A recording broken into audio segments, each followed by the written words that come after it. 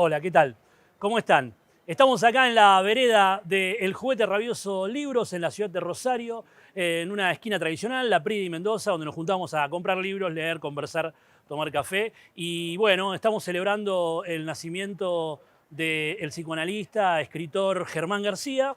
El mundo para él nació un 25 de diciembre de 1944 y terminó el año pasado. Estaría cumpliendo años ahora, así que bueno, estamos celebrando todas las marcas que dejó, alguien muy importante que tuvo un reconocimiento fronteras adentro y también un reconocimiento internacional y que es para nosotros un horizonte de trabajo permanente, una referencia de amor y de lectura que la verdad que estamos muy felices de poder celebrar la salida de su último libro, Para otra cosa, el psicoanálisis entre las vanguardias. Vamos a hacer unas lecturas acá con algunos amigos y bueno, después seguimos.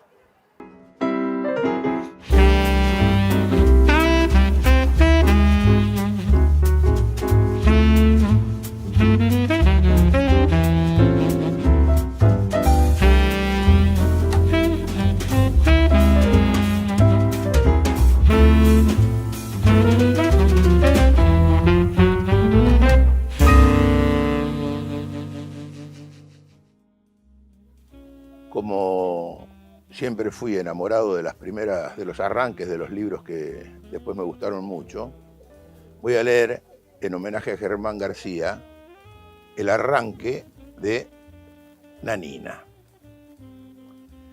Nanina era el angelito ilusorio de los niños que nosotros fuimos. Ilusorio porque nuestra amistad con el diablo era cosa probada por nuestros padres y aprobada por nosotros. Ella y el abuelo tenían la misma manera de escurrir el tiempo, de ocupar un espacio compacto y silencioso. Y el abuelo murió, y Nanina no. El abuelo estaba frío en su cajón. Nanina estaba tibia bajo el sol. Sus ojos cruzaban la noche. Era el camino perpetuamente ampliado ante sí. Perderse tras ella en el monte que estaba frente a casa era reencontrar, después del miedo, la certeza de que perder un camino es descubrir otro, instantánea, explosivamente, más allá del terror. El presente se abría frente a ella en el cielo de verano como los ojos inviolables de un gigante. Ella fue nuestro presente. Y fue también el mundo blanco y esponjoso de su pelo en ese éxtasis de los arcoíris cada vez más raros, porque las lluvias se hacían adultas y uno no levantaba ya los ojos al cielo. Tu agonía debajo de las palmeras marcó todos nuestros posibles horizontes. De Nanina a la muerte hay una red de inabarcables imágenes y la siesta del sol da en nuestra piel, la arde sin rescatarla nunca. Bueno, tomado del libro Para otra cosa, una cita al azar, la página 111 al principio. La palabra prisioneros altera la descripción de la redacción. Introduce de manera alusiva otra dimensión en la que Junior, el recién llegado, parece moverse con soltura. A los 2 meses era el hombre de confianza del director y estaba a cargo de las investigaciones especiales. Cuando se quisieron acordar, él solo controlaba todas las noticias de la máquina. Incluso Junior se anticipa a los hechos que publica. Por eso pensaron que trabajaba para la policía. Junior y su padre parecen repetir una historia con mujeres e hijas ausentes que serán sustituidas por voces, objetos imposibles de perder, dice Freud, cuando habla de la melancolía.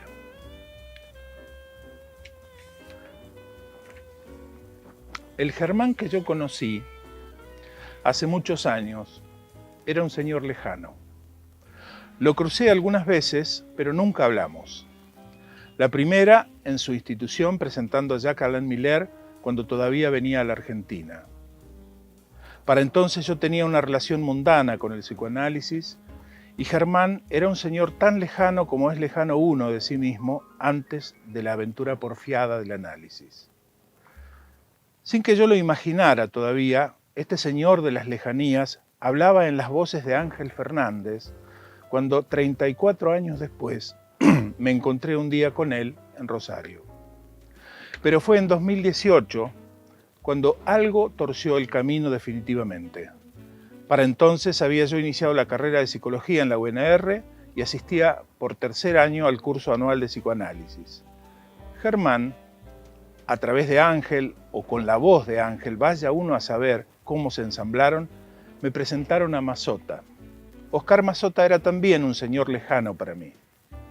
Hasta que apareció Ana Longoni en Buenos Aires con la monumental exposición La teoría como acción. Recorrí aquella muestra con la fruición de un sediento en el desierto, enterándome con sorpresa de otro que yo había sido, que empezaba a despertar a la cultura del happening cuando Mazota transitaba sus últimos años en la Argentina. Leyendo aquel recorrido que proponía Longoni, supuse que Mazota no podría haber tenido otro destino que no fuera el de abrazar el psicoanálisis. Y que aquella ola invisible y extraña también podía estar arrastrándome a mí. Ese otro señor de la lejanía se volvió próximo de repente.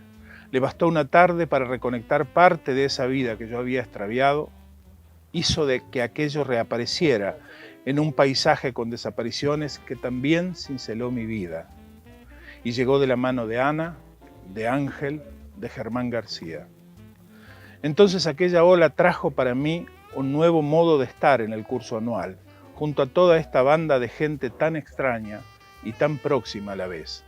Y me acercó también a los parceros cordobeses, Yael Noriferri, César Massa, Fabio Lorenzín. Germán García. Ese Germán que yo digo, como un señor lejano, puso a su voz un tañido de otras voces que yo pude escuchar y me trajeron hasta acá. Ese Germán que yo digo, esas voces que me abrazan, como dice que decía Freud, serán siempre para mí muy difíciles de olvidar. Bueno, yo empezaría por el título, para otra cosa, el psicoanálisis entre las vanguardias. Estas tres palabras me dan la impresión a mí, en una lectura, seguramente hay muchas otras, pero me parece que en estas tres palabras se resume algo de la manera de decir de Germán, porque tenemos el para, que es la política, que es la acción política, algo muy presente.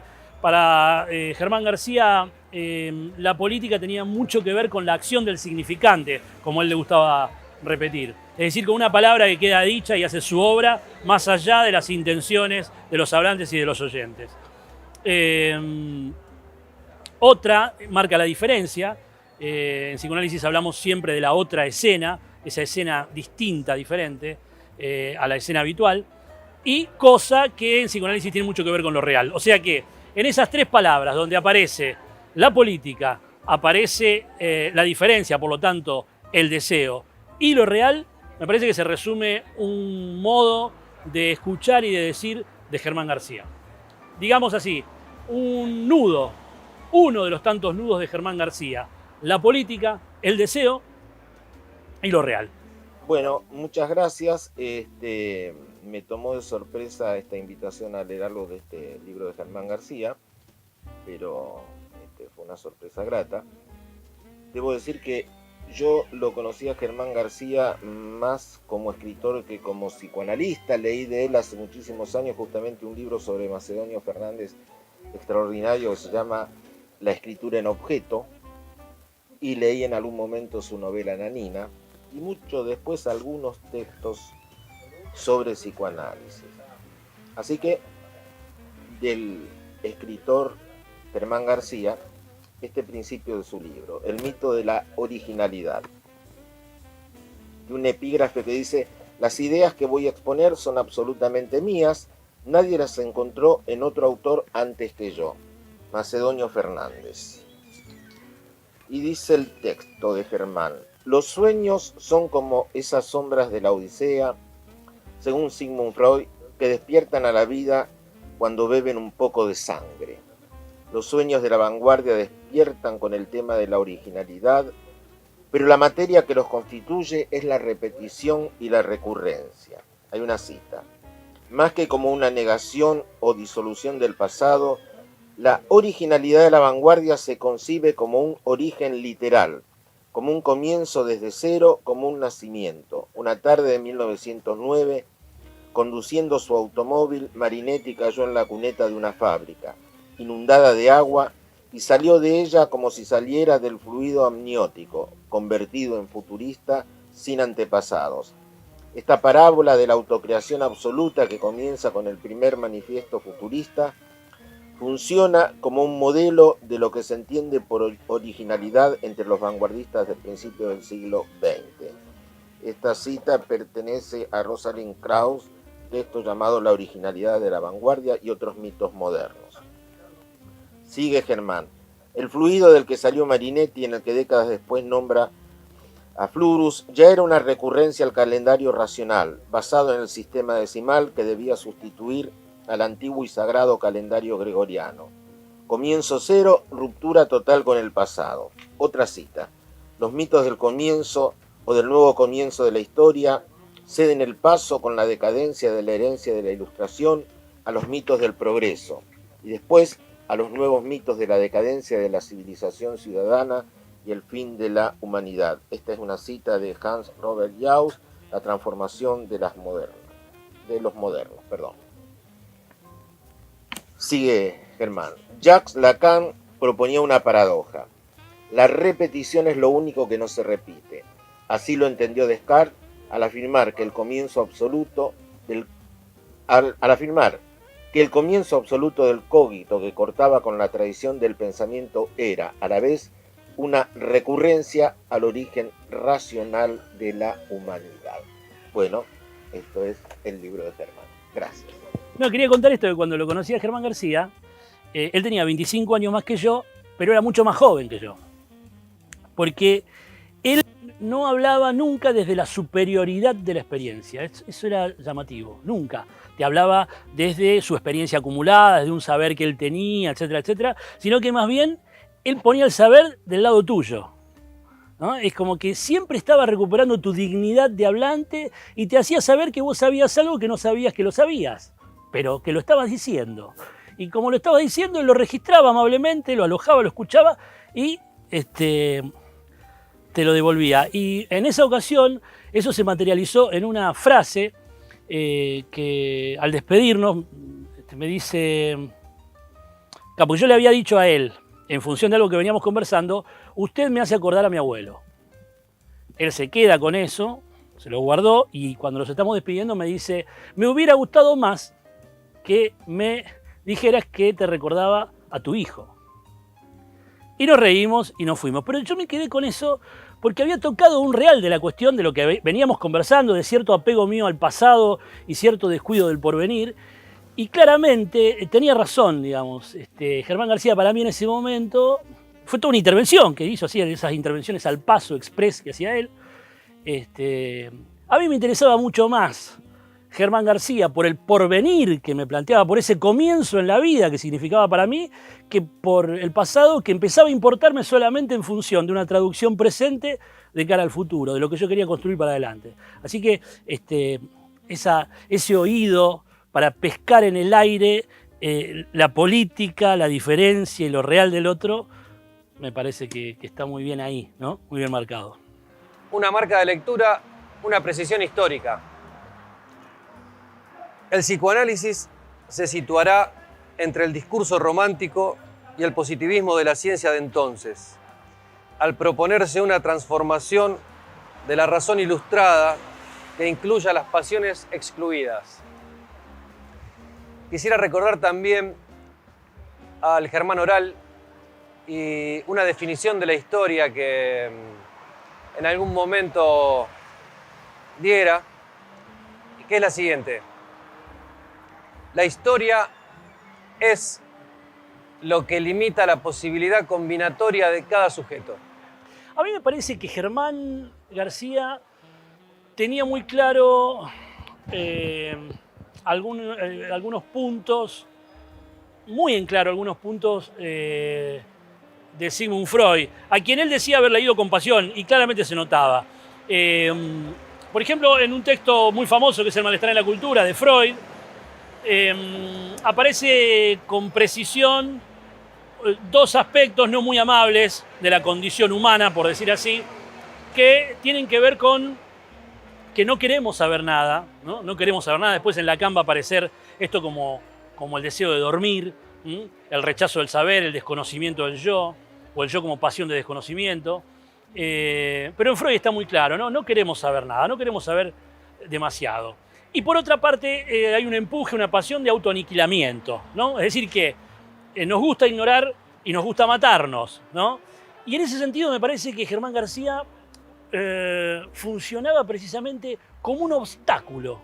Germán García como un obstáculo para la ignorancia, contra la ignorancia, y un obstáculo para esas ganas feroces de matarnos que siempre tenemos cada vez que nos despertamos por la mañana. Voy a leer la primera página de Miserere, que es un recuerdo muy querido para mí. En un viaje a Buenos Aires para ver a Germán, yo me analizaba con él, solía ofrecerme lecturas en esos días que yo estaba ahí. Y un día me ofreció una copia que tenía de Miserere que le habían enviado de la editorial para correcciones. Y me dijo, mira, este es mi próximo libro, ¿querés ir leyendo esto? Leí la primera página y no pude parar. Les voy a leer esto. Devuélveme el son del gozo y la alegría. Miserere, Salmo 51. Al parecer, Mara supone que vivo como se me antoja, aunque sabe que es imposible que eso ocurra. Nunca, que yo sepa, alguien tuvo una vida así. Mara está de acuerdo y poco le importa contradecirse. Es más, le basta decirlo para experimentar la ira de quien no puede soportar esa falta de justicia. Deslizo una frase de la Orestíada. ¿Quién te revela las palabras siniestras que van marcando el camino de tus vaticinios? Esta pregunta la saca de sí, le inspira dichos hirientes, le trae los peores recuerdos de los largos años compartidos. ¿Puedo negar que hago lo que quiero? Balbuceo, que no quiero lo que hago. Veo la mirada en sus ojos y retrocedo. Quiero, sí, quiero todo lo que hago. Mas lamento que la vida sea tan corta para lo que quiero y tan larga para lo que se fuga, para lo que se escabulle cuando me acerco. He visto cómo desaparece la belleza, las ganas de vivir y la alegría. Es verdad, te confieso que no experimenté lo ocurrido, quedé impávido frente al espectáculo. Mara me deja hablar porque sabe que no soporto el castigo de ese silencio. Si fuera joven de nuevo, si la alegría volviera, podría aceptar sus palabras, aunque no estuviera de acuerdo con lo que dice. Sí, lo inexorable del tiempo hace que lance el grito de la víctima digna de lapidación. Con una voz baja y suave leí para ella. El que no se concilió a estas divinidades crueles no sabe de dónde vienen los golpes de la vida. Son los pecados de sus padres los que lo conducen ante ellas. Y un mudo azote, pese a su fiero lenguaje, lo aniquila bajo su implacable odio. No seas payaso, dijo Mara. La vi reír, acaricié su pelo y nos fuimos a la cama. Era tarde, era la madrugada, era un otoño lluvioso. Una belleza, ¿no? Bueno, voy a retomar el gesto que destacó Germán García de nuestra primera intervención, que fue leer algunos epílogos. Y en este caso voy a leer el epílogo del capítulo Enredos, página 73 del libro Para otra cosa. ¿Quién tendrá todavía la ingenuidad de contentarse, en cuanto a Freud, con esa figura de burgués tranquilo de Viena que dejó estupefacto a su visitante André Breton por no aureolarse con ninguna obsesión de Ménades? Jacques Lacan.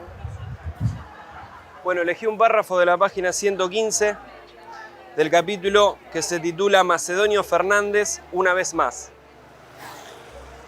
En cuanto a Macedonio Fernández, la femineidad es el silencio que impulsa la construcción de objetos verbales cuyos contornos emergen de la ausencia.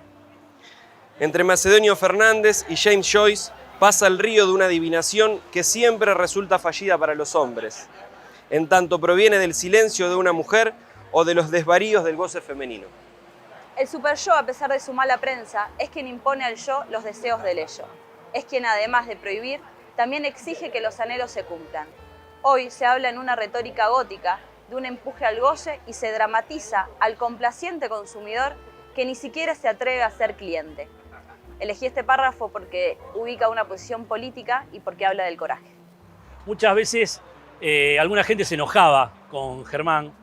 La mayoría nos divertíamos, aunque a veces también nos enojábamos, pero me parece que esta báscula entre enojo y diversión, aunque no creo que tenga que ver con la personalidad de él, porque era un tipo inteligente, simpático, que tenía mundo, que tenía calle, que sabía tratar muy bien a las personas, también sabía tratarlas muy mal cuando quería, pero no encuentro en su personalidad el problema del enojo. Digamos más bien que era una personalidad divina. Me parece que el punto por el cual a veces nos enojábamos tiene que ver con que él manejaba con mucha sutileza la suspensión de ciertas ilusiones, como por ejemplo de que uno es una persona que está con otra persona, sosteniendo una conversación sobre un tema específico, en un mundo más o menos consensuado. Todas estas ilusiones, todo este mundo de la cortesía social, era puesto en cuestión, era puesto entre paréntesis, y entonces a veces pasaba que no se sabía bien de qué se estaba hablando, a dónde se estaba yendo con lo que se estaba diciendo, y que había efectos inesperados de la enunciación que él siempre se encargaba de subrayar. Como dijo muy bien Juan José Becerra en el homenaje que le hicieron en el centro de CAR o Descartes en Buenos Aires, dijo: Germán García nos dejaba decir boludeces, pero si decíamos boludeces nos las hacía pagar. Bueno, no pude llegar a conocer a Germán García personalmente. A Germán lo conocí en la voz de Ángel Fernández y en las lecturas de lo escrito por Germán. Bueno, es una deuda que por suerte a través de Ángel pude pensar, se puede pagar para adelante, me la puedo pagar para adelante, y me prometí de acá en más, bueno, no dilatar otras cuestiones. Para lo que nos convoca hoy, respecto de este libro, con este título inquietante, Para otra cosa, quiero tomar una cita que toma Germán de Tristán Tzara, que la utiliza como epígrafe de uno de sus capítulos, Mujeres A en la letra, que es la siguiente: aunque Dada no pudo apartarse del lenguaje, confirmó las molestias que éste le causaba. Y de esta cita me hacía un ruido molesto dos cuestiones. El apartarse, esto de que el sujeto se conduce como si el lenguaje o bien fuera algo natural o como si no tuviera una relación de pertenencia a él, más que el lenguaje por el orden establecido. Y recuperar esta confirmación que plantea Tristán Tzara de la molestia, la incomodidad, ese estorbo, ese fastidio, esa pérdida de tranquilidad, de bienestar del lenguaje. Y si hay algo que Germán y Ángel, tomando ese espíritu de Germán García, todo el tiempo repone, es el lenguaje como un síntoma del sujeto, como un cuerpo extraño, como un aparato con el que el sujeto tiene una relación de extimidad, esto que es lo exterior como interior. Y el analista, justamente como esa figura de la incomodidad, cuando pide precisiones, cuando pide exactitud, incomoda, intranquiliza, fastidia, molesta. Molesta transitoria o perdurablemente. Y el psicoanálisis, pensarlo como el arte de recuperar el pudor de la palabra, por un lado, pero también la desfachatez de la palabra por el otro, ¿no? En el sentido de esa acción del significante previa a una pasión del significado. Justamente Tristán Tzara, recuerda Lacan, decía, el pensamiento nace en la boca. Entonces, pensar el psicoanálisis utilizado para otra cosa que para estar cómodos en el bienestar. Si alguien me preguntara por su estilo, diría que el estilo de Germán García es el reverso de la paranoia, porque si la paranoia, como define Sartre, es el mundo que se vuelve signo, Germán en realidad tomaba un signo del mundo para armar una conversación. O sea que era lo opuesto, ¿no? Bueno, y en cuanto a la lección de Germán García, me parece que indudablemente tiene que ver con recordarnos que hablamos y que hablamos mal. Y que no se puede vivir bien si se habla mal. Entonces, él estaba todo el tiempo, mientras obstaculizaba nuestro empuje a la ignorancia y a la muerte, recordando que no se puede vivir bien si se habla mal y llamándonos, invitándonos a hablar bien. Por lo tanto, diríamos que esta lección del psicoanálisis que él aloja muy bien y transmite muy bien, podríamos decir que la lección de Germán García es la lección del bien decir. Yo voy a leer el primero y el último párrafo del primer capítulo del libro Para otra cosa, de Germán García. El capítulo lleva por título El mito de la originalidad. A Germán García le causaba mucha gracia, indudablemente, el tema de la originalidad.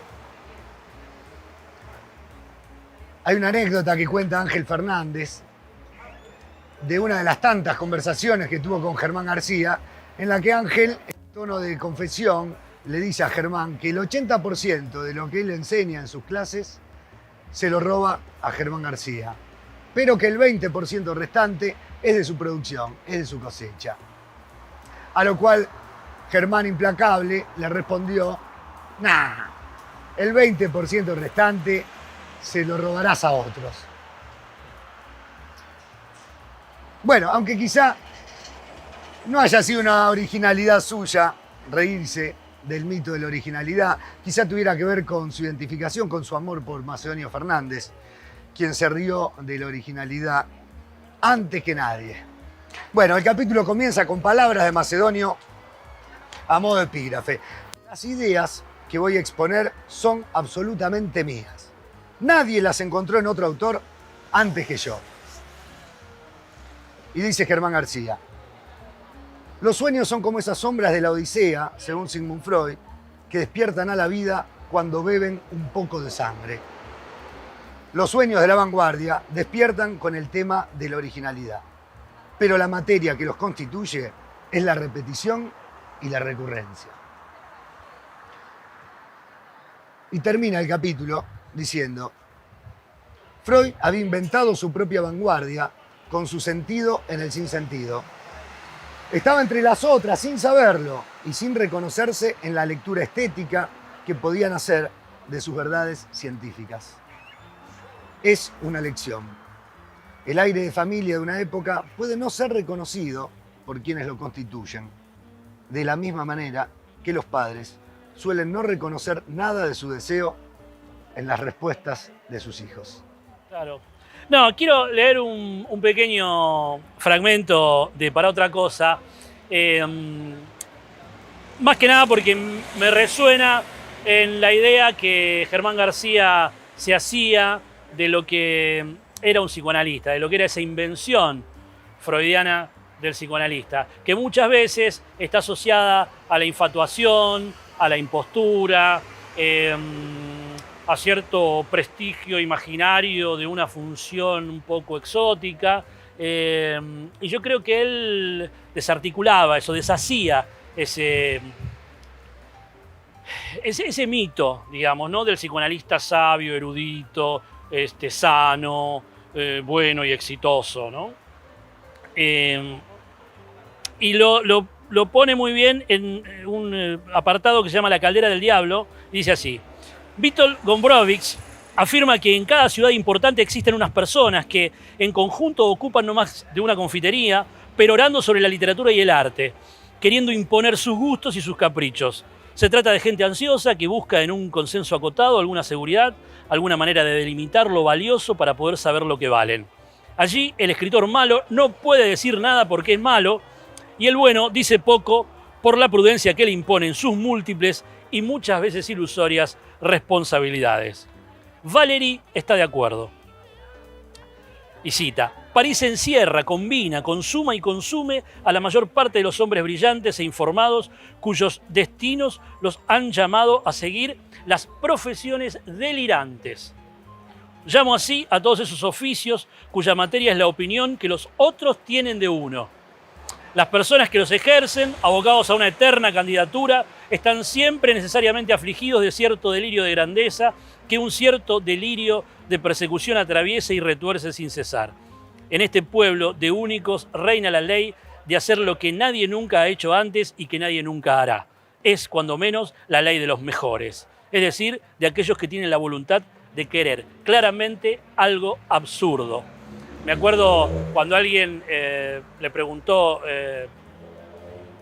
qué gente eran los psicoanalistas, así muy seriamente, esperando una respuesta importante, y la obtuvo, pero en un sentido inesperado. Le dijo: el psicoanalista, bueno, alguien ocioso, que no tiene mucho que hacer y por eso se dedica al psicoanálisis. Bueno, para los que quieran seguir